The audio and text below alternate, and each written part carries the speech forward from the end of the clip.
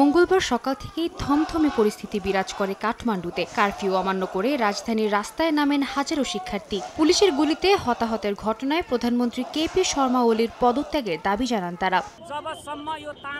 আমাদের উচিত ওলি সরকার কর্তৃক ছাত্র হত্যার প্রতিবাদ করা। তারা আমাদেরকেও সহজে হত্যা করতে পারে। যতদিন এই সরকার ক্ষমতায় থাকবে ততদিন আমাদের মতো মানুষ কষ্ট পাবে। সরকারের পতন না হওয়া পর্যন্ত আমরা আন্দোলন চালিয়ে যাব।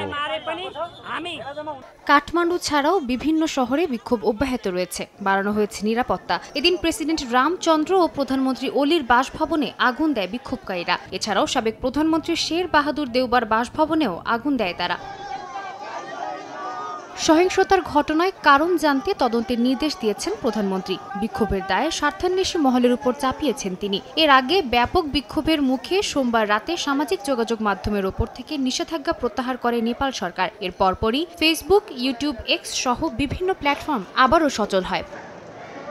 গত সপ্তাহে নিবন্ধন না করার অভিযোগে ২৬টি সামাজিক মাধ্যম বন্ধ করে নেপাল সরকার। এই সিদ্ধান্ত ঘিরে দেশজুড়ে চরম ক্ষোভ ছড়িয়ে পড়ে। সোমবার রাজধানী কাঠমান্ডু ও অন্য একটি শহরে পুলিশের সঙ্গে সংঘর্ষে নিহত হন বেশ কয়েকজন।